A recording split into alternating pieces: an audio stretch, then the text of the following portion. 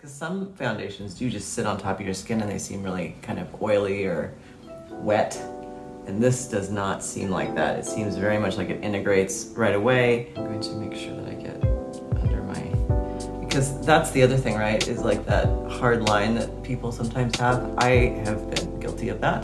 The basic foundation, putting it on, it looks pretty even. Like I said, luminous kind of quality to it, which is actually amazing. I mean, when you think about it, and it's not super thick either. I can see, like obviously some of my freckles kind of still are coming through, but not in a terrible way. I want to do something with the eyes. I'm just going to use this primer that I have that is it's from Sephora. It's a Urban Decay eye primer. I did know a little bit more about makeup application when I was in my late 20s because I was doing it all the time, and now of course I just am out of the practice. One of the things I got is a pigment paint from Haus, and I am not exactly sure what's going to happen with this. So obviously it's a wet product. Oh, well, okay. I'll just use one of my shadow brushes. We'll just hope for the best. Put some of this on my hand, as I have seen in there. I admire a lot of the people who do these videos on a regular basis because they're able to talk and say some, oh my gosh, look at that. Some very interesting things at the same time. Look at how shiny that is. Oh my God. We're just gonna try it. That is beautiful though. So that's a lot. So I guess I will just say about this product is that it goes a long way. You don't need very much, and maybe everyone else knew that. And I'm just spreading it out just because I got a little too excited when I first put it on, and I put a whole bunch of it on. So now that's like completely all behind my lid and kind of up into the crease and above that too. Okay, so the other thing I wanted to try is to see what integrating some other colors would be with it.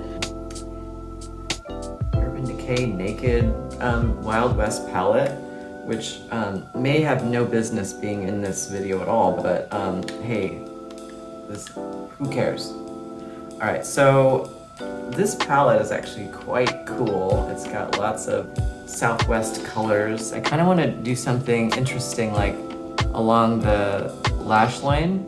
Let's maybe do a brown because that might be kind of cool. And I have two browns here. We'll give both of these a try. The Laredo one is kind of matte brown. So why don't we try this just right along will this even pick up? What it does is it just dulls the sparkle to kind of even it out a little bit. So that's kind of interesting. Maybe for the crease, let's try actually this other color. It's called Hold'em.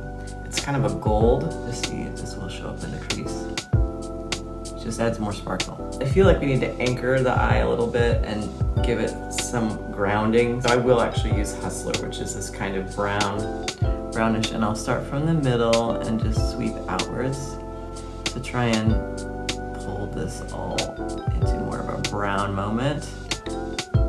I have like 3 places to look, like at the makeup, at the camera, at the mirror. The lightest color I have here is called Standoff, so it's kind of a beige. It's the closest thing to white that's here. Oh yeah, that's terrible. That's terrible.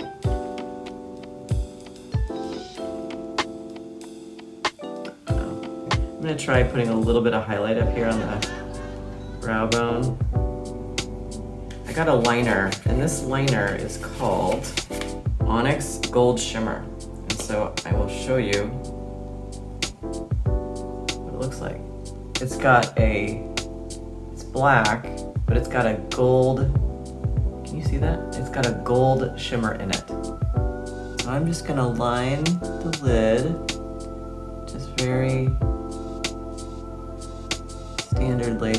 I admire a cat eye so much. I am not good at them. Let's see how that comes out.